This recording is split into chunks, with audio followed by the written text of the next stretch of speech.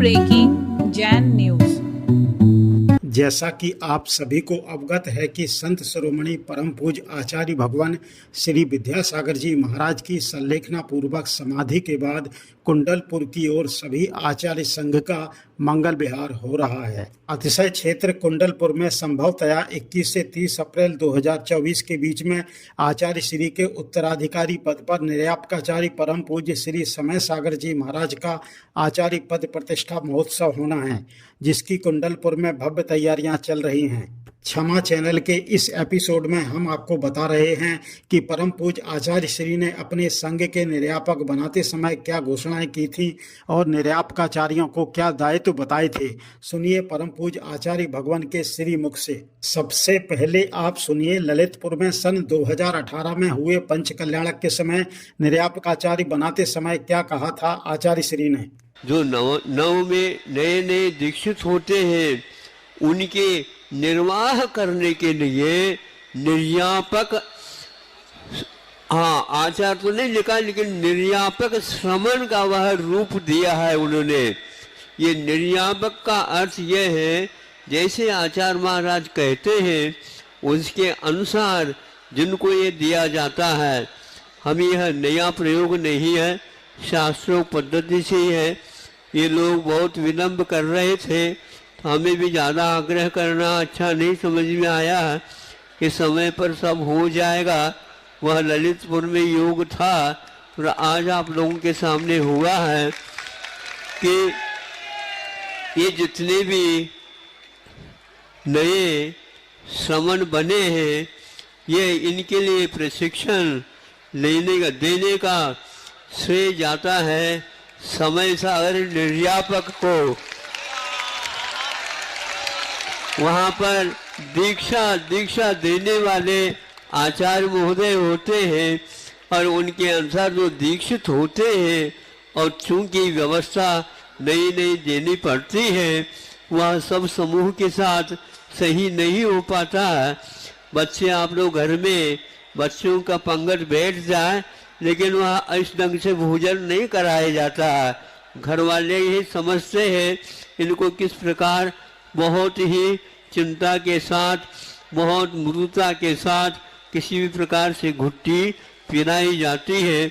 ऐसा यहाँ एक उपक्रम यह समय सार के माध्यम से चलाना प्रारंभ किया है। आगे भी इसी प्रकार का निर्वाह होगा, संघ को भी इसका बहुत लाभ मिलेगा और सभी प्रकार से सब लोग आज्ञाकारी बने रहेंगे, क्योंकि यह हमारी व्यवस्था नहीं है। आचार्य कुंद देव ने परंपरा से महावीर भगवान से प्राप्त जो थी उसको निभाया। एक बहुत मुख्य बात कहना चाहता हूँ कि यह तो श्रमणों की व्यवस्था के लिए उन्होंने की है, किंतु मूलाचार में एक वह भी व्यवस्था है, कुंद ने भी उसको स्वीकारा है प्रकारांतर से। तो फिर संघ में एक प्रकार से दीक्षित करके आरिका वगैरह जो रहते हैं उनकी कैसी व्यवस्था होगी, इसके लिए मूलाचार में स्पष्ट लिखा है।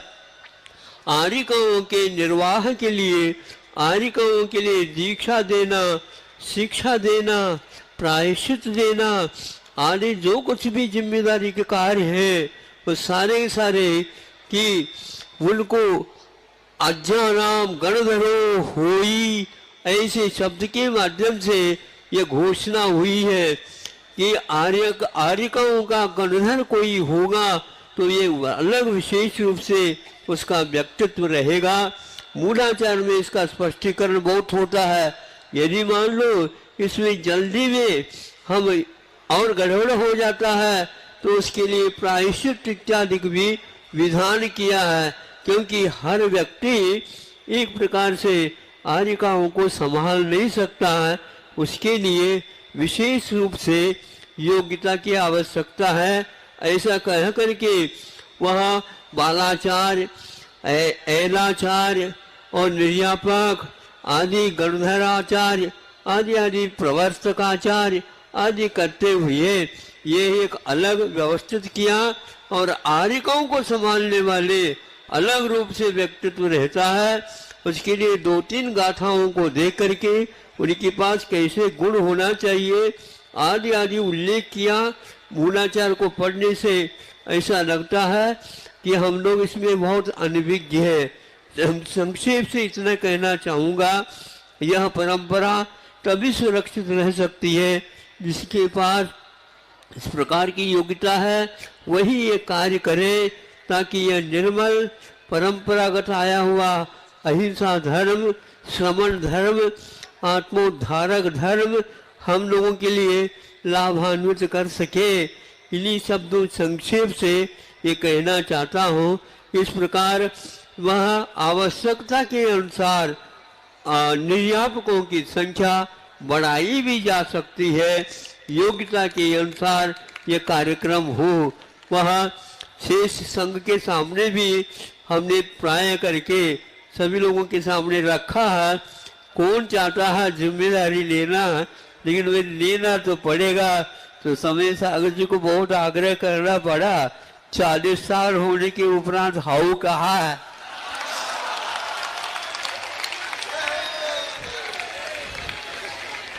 बच्चों को तैयार करना बहुत कठिन होता है। आप लोगों को देख करके हमें कुछ समझ में आ गया। गुरुजी ने कहा था कि ज्यादा बात नहीं करना, लेकिन बीच बीच में वो चीज सामने रखो तो एक आध बार हाउ हो जाएगा। ज्यादा नहीं कहा था। और यहाँ पर इस ओर आ जाओ। कहाँ किस ओर? मैं जा रहा हूँ उस ओर, आ जाओ पीछे पीछे।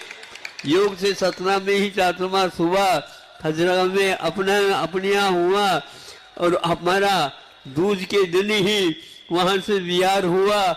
दूज के ही दिन ही मध्याह्न में इनका विहार हुआ। 4 दिन हम पहले आए, 5वें दिन ये भी आ गए, कल आए हैं। आते ही यहाँ पर इन लोगों का उपवास लेने का उपक्रम हुआ, और ऐसा कहा कि ऐसा तैयारी हुई है, मुहूर्त निकला है। वैसे भगवान का पंच कल्याण हो रहा है। ज्यादा पब्लिसिटी भी नहीं की है, लेकिन फिर भी यहाँ पर रिकॉर्ड सब ब्रेक होता जा रहा है।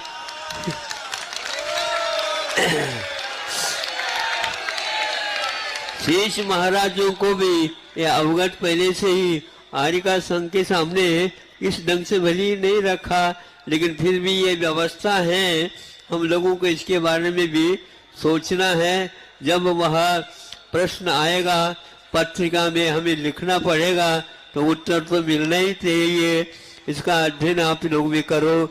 ऐसा कहने से सब लोगों ने स्पष्ट रूप से हाउ नहीं कहा था, लेकिन अब हाउ हो ही जाएगा। लीजिए अब सुनिए सन 2019 में नेमावर में निर्यापकाचार्य बनाते समय परम पूज्य आचार्य भगवान ने क्या कहा था। एक और आपके सामने कहना चाहता हूँ।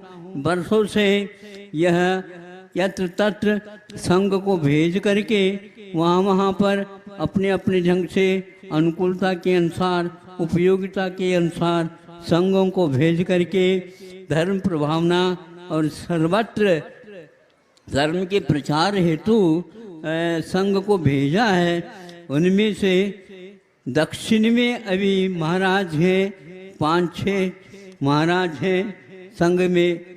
नियम सागर जी हैं, उनके लिए भी उनके शरीर अपने ढंग से दक्षिण का होने से वह ये सब इस ओर कम समय दे पाते हैं, लेकिन वहाँ पर रह करके भी अच्छा उन्होंने धर्म का ये किया है। वर्षों से वो वही हैं। उनके लिए भी आज इस शुभ मुहूर्त के दिन की निर्यापक मुनि नियम सागर जी के रूप में आपके सामने प्रस्तुत करता हूँ। वे जहाँ कहीं भी हैं अपना निर्वाह, अपना कर्तव्य का पालन करते हुए औरों के लिए भी शिक्षा आदि के यथा योग्य देते हुए कार्य करेंगे। इसी प्रकार की वर्षों से अथक परिश्रम करते हुए राजस्थान की गर्मी को भी खाते हुए सुधा सागर निर्यापक मुनि, उनको भी हम ये घोषणा करते हैं, उन्हें वो भी एक प्रकार से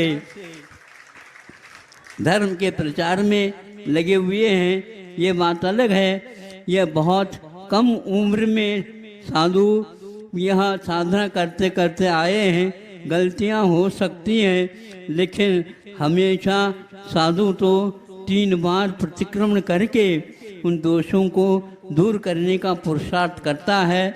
और श्रावकों का भी कर्तव्य है कि वह इस प्रकार के आचरण अपनाएं और मुनि महाराजों की सेवा करें, ताकि उनके द्वारा ऐसी भूल न हो। और अपने बच्चों का पालन करते हैं, उसी प्रकार श्रावक को कर्तव्य होता है। मुनि और श्रमण और श्रावक इन दोनों का जोड़ा है। इस अपेक्षा से इतना कहता हूँ, यहाँ पर बुंदेलखंड में या मध्य प्रदेश में प्राय करके इतना उत्साह है, अन्यत्र भी है, लेकिन अन्यत्र होते हुए भी यहाँ का उत्साह अभी भी रोक रखा है।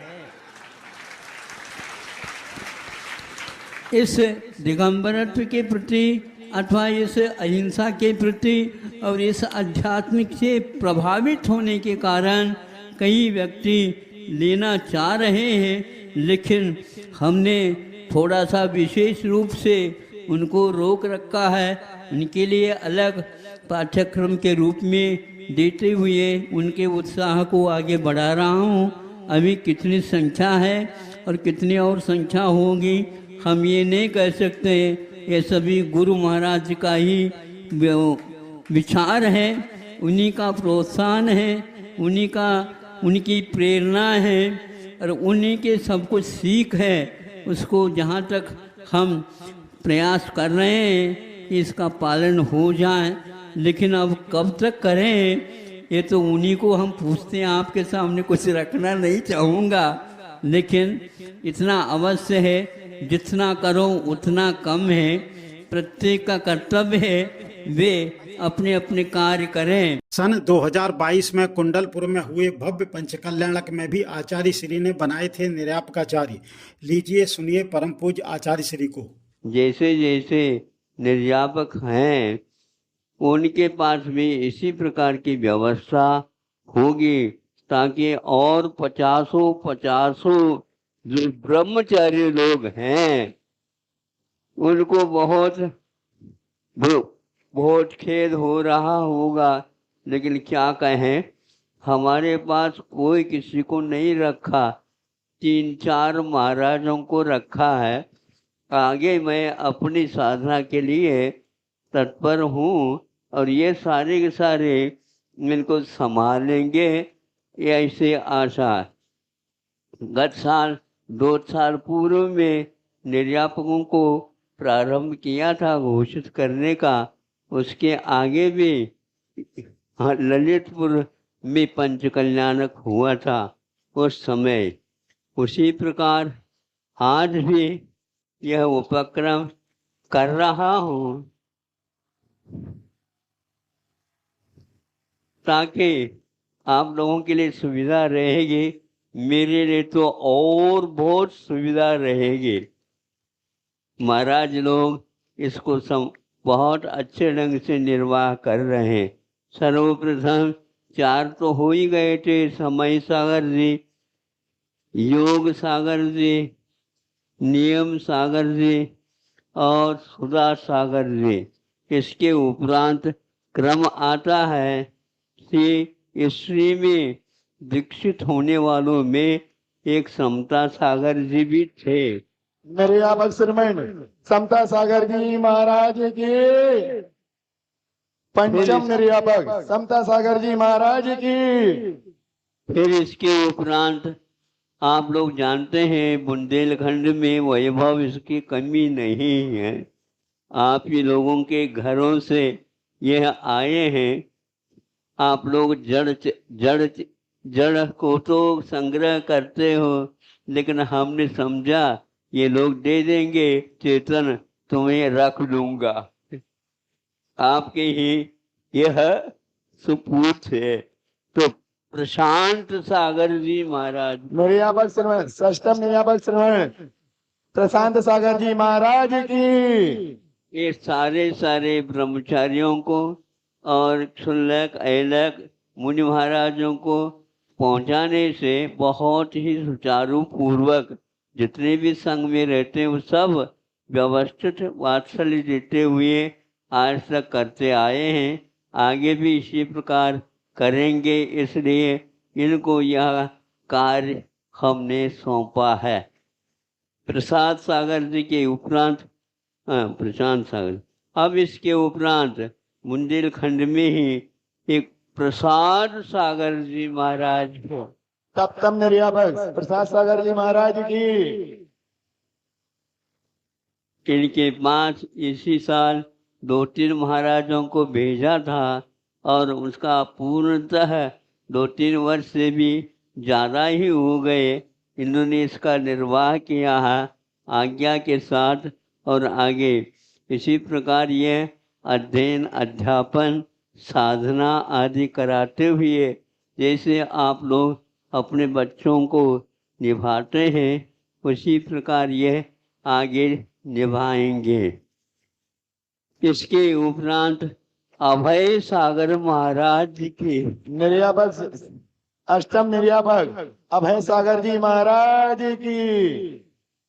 इन्होंने भी इसी प्रकार आज तक किया है।